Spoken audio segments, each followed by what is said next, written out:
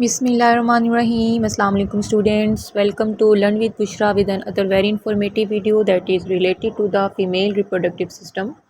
In last lecture हमने discuss किया था मेल रिप्रोडक्टिव सिस्टम को डिटेल के साथ। इसका कंटेंट मैंने आपको बताया था, मैंने मिलर हार्डले और ऑथेंटिक कुछ और बुक्स थी उनसे लिया था।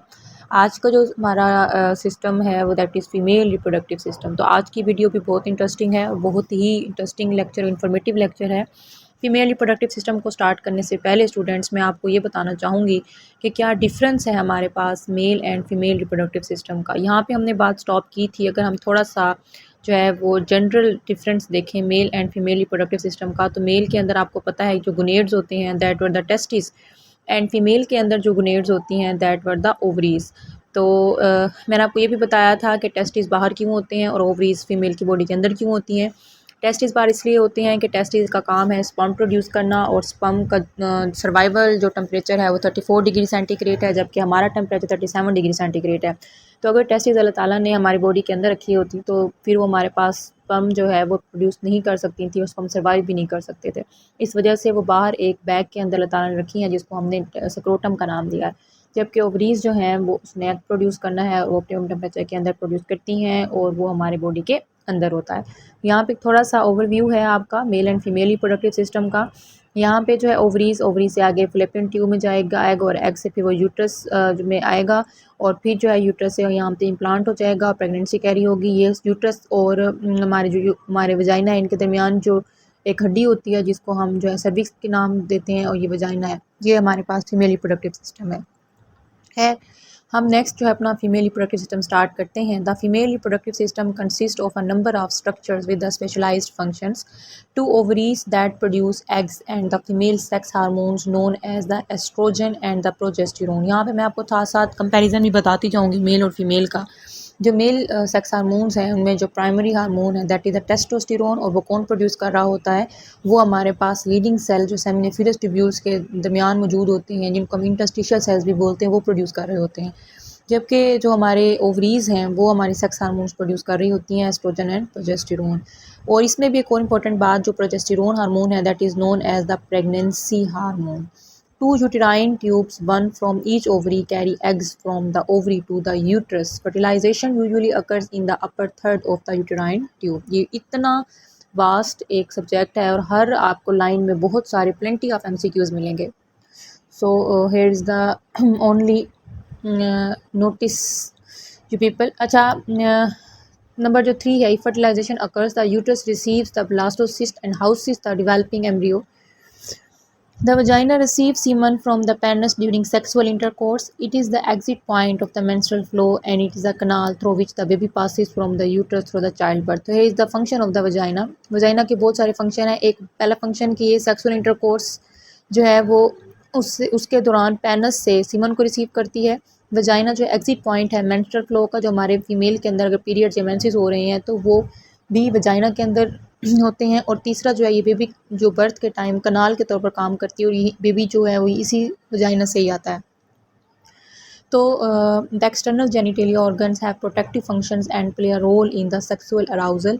The mammary glands contained in the paired breasts produce milk for the new born baby. तो यहाँ पे फीमेल रिप्रोडक्टिव सिस्टम जो कंसिस्ट होता है, ये हमारे पास ओवरव्यू था। इसमें ovaries, 2 uterine tubes, vagina, external genital organs जिसको हम कलेक्टिवली बल्वा बोलते हैं, और मेमरी ग्लैंड्स। नेक्स्ट हम द यूट्रस की थोड़ी सी बात कर लेते हैं। यूट्रस की एनाटॉमी देखेंगे हम। What is the anatomy of the uterus? The uterine tube terminates in the uterus. तो यूट्रस एक hollow muscular organ in front of the rectum and behind the urinary bladder. The uterus terminates in a narrow portion called the cervix which joints the uterus to the vagina. Here is the diagram you people can see. यहाँ पे देख सकते हैं कि यहाँ पे हमारे पास यहाँ पर हमारे पास ओवरीज़ मौजूद होती हैं। ओवरीज़ का क्या काम है कि उन्होंने जो एग रिलीज़ करना है। एग जैसे रिलीज़ करेंगी तो साथ ही हमारे पास ये फ्लैपियन ट्यूब होती है। फ्लैपियन ट्यूब इस एग को जो है अंदर लेकर आती है। यहाँ से आगे यूट्रस स्टार्ट हो जाती है। यूट्रस ये पूरा जो एरिया है ये यूट्रस है, और यूट्रस यहाँ पे आप देख सकते हैं ये सर्विकल कनाल है जो कि सर्विक्स की हड्डी मुश्तमिल होती है, और ये जो है वो सेपरेट करती है यूट्रस को वजाइना से। सो ये होलो ऑर्गन है यूट्रस, और बेबी ने यहाँ पर इम्प्लांट होना होता है। अगर फर्टिलाइजेशन हो गई और बेबी यहाँ पर इम्प्लांट हो गया तो हमारे पास जो है प्रेगनेंसी कैरी हो जाती है। और अगर यहाँ पे फर्टिलाइजेशन, क्योंकि एग यहाँ पर थर्ड पार्ट में मौजूद होता है और स्पर्म ने यहाँ ट्रैवल करके जाना होता है, फिर ये ज़ाइगोट बन जाएगा और ज़ाइगोट यहाँ पे प्लांट हो जाएगा। अगर ये फर्टिलाइजेशन ना हुई तो एग ने डीजनरेट हो जाना होता है और उसके बाद जो है वो हमारे पास इम्प्लांटेशन नहीं हुई तो हमारे पास ये जो लाइंस हैं इसकी मैं आपको आगे बताऊँगी वो डीजनरेट होने लग जाती हैं। कौन सी लाइंस? यूट्रस की लाइंस। यूट्रस की 3 लेयर्स होती हैं। जो फर्स्ट लेयर जिसको हम आउटर लेयर बोलते हैं that is a पेरीमीट्रियम, and perimetrium extends beyond the uterus to form two brood ligaments that stretch from the uterus to the lateral walls of the pelvis. So very first layer को हम perimetrium बोलते हैं। Middle layer जिसको muscular layer भी बोला जाता है that is known as the myometrium. And myometrium जो है most of the uterine wall बना रही होती है। यहाँ पे आप देख सकते हैं ये वाली सेकंड वाली जो है दैट इज़ मायोमीट्रियम। और थर्ड हमारे पास ज़्यादा जो है मेम्ब्रेन इंपॉर्टेंट होती है, जो इनर होती है that is the endometrium. It is specialised mucus membrane that contains an abundance of the blood vessels and simple glands. So यहाँ पे आपको दिखाई हुई है that is the endometrium lines. Endometrium line is the inner layer of the uterus. This is the layer which contains blood vessels, and if the pregnancy occurs, if the implantation of the zygote occurs in the uterus, then endometrium line will not shed and we can say the pregnancy occurs. If the fertilization not occurs and the zygote will not implant into the uterus, so endometrium line will start shedding and as a result blood discharge will occur, and we can say here is the menstrual cycle begins. So the full summary of the female reproductive system. Okay, next, what is the function of the cervix? Cervix actually the boundary that connects the vagina with the uterus. ये मैं आपको पहले भी बता चुकी हूँ। cervix leads to vagina. अब vagina हमारे पास क्या है? vagina की भी अगर definition आपको बताऊँ, vagina is a muscular tube that is 8 to 10 centimeter long. The wall of the vagina is composed mainly of the smooth and the elastic tissues.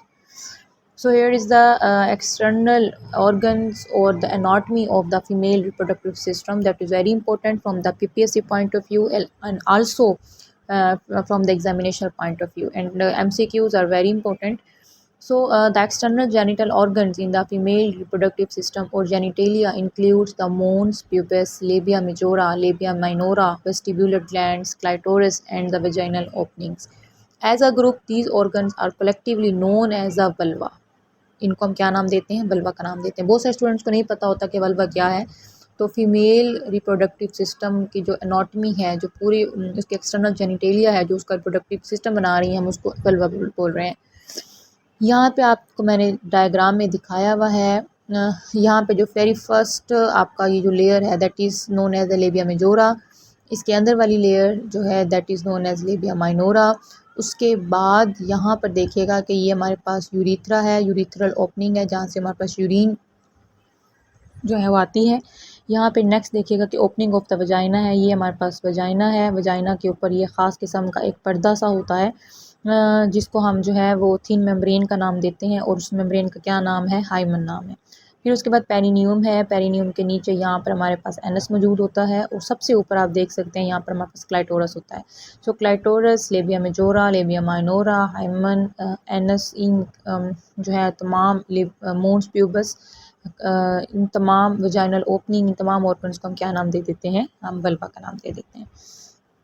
In most young women, the vaginal opening is partially covered by a thin membrane known as the hymen, which may be ruptured during normal strenuous activities or may be stretched or broken during the sexual activities. So here is the final diagram। ये आपको पहले भी मैंने दिखाई है female reproductive system की। यहाँ पे आप देख सकते हैं ये आपको ओवरीज बनाई हुई हैं। ओवरीज के एग रिलीज़ किया, फॉलोपियन ट्यूब में गया, यहाँ पर पहुँचा, फर्टिलाइजेशन हुई, ओविडक्ट से फिर ये ट्रांसफ़र होता हुआ यूट्रस में आया और यूट्रस में इम्प्लांट हो गया। यूट्रस में यहाँ इम्प्लांट हो गया, प्रेगनेंसी कैरी हो गई। अगर प्रेगनेंसी ना हुई तो उसके बाद ये शेडिंग होगी, मेंसेस होंगे। और अगर इम्प्लांटेशन हो गई तो 9 मंथ्स तक फिर कोई शेडिंग नहीं होगी, menstrual cycle will stop. And ये जो हमारे पास, अच्छा एक और मज़े की बात, जब हमारे पास प्रेगनेंसी कैरी हो जाती है तो पीछे ओवरीज़ के अंदर जो फॉलिकल्स हैं वो डीजनरेट हो जाते हैं। और वैसे भी हमारे पास हर मंथ में फॉलिकल में से सिर्फ एक फॉलिकल बनता है जिसको जो है आगे जाकर जिसने एग बनना होता है। पीछे वाले सारे फॉलिकल डीजनरेट होते हैं by the process known as atresia. इसमें मैं आपको सारा ओव्यूलेशन का प्रोसेस पे या फॉलिकुलोजेनेसिस के प्रोसेस पे मैं आपको एक लेक्चर मज़ीद दूँगी, जिसमें सारा डिटेल से आपको मैं बताऊँगी। तो ये जैसे प्रेगनेंसी हो जाती है तो ये जो हमारे पीछे वाला हार्मोन होता है, जो पीछे वाले हमारे ओवरी के अंदर जो ग्लैंड्स, उस ग्लैंडुलर सिस्टम के तौर पर ये काम करता है, जिसको हम कॉर्पस ल्यूटियम का नाम देते हैं। तो उसके अंदर से फिर ये एक हार्मोन रिलीज़ करवाता है जिसको हम प्रोजेस्टेरोन कहते हैं। प्रोजेस्टेरोन ही बेसिकली हमारे पास प्रेगनेंसी हार्मोन होता है। ये सारी वो स्ट्रक्चर एनाटमी जिसको मैंने आपको बताया है, फीमेल एनाटमी। सो यहाँ पे कुछ फ़ीमेल इम्पोर्टेंट हार्मोन्स हैं, ये आप लोग देख लीजिएगा, याद कर लेने हैं आपने, जो इनका फिर आगे ओरिजिन क्या है, इनके ऑर्गन्स क्या हैं और इनका सिस्टम क्या है। ये था आज का लेक्चर। उम्मीद करती हूँ आपको आज का लेक्चर बहुत ही पसंद आया होगा, इन्फॉर्मेटिव था, मज़े का था, इंटरेस्टिंग था और बहुत सारे इंपॉर्टेंट पॉइंट्स भी थे। तो मुझे इजाज़त दें, मिलेंगे फिर एक नए लेक्चर के साथ। तब तक अपना ख्याल रखें, दुआओं में याद रखें, बहुत ज़्यादा पढ़ें। अल्लाह हाफ़िज़।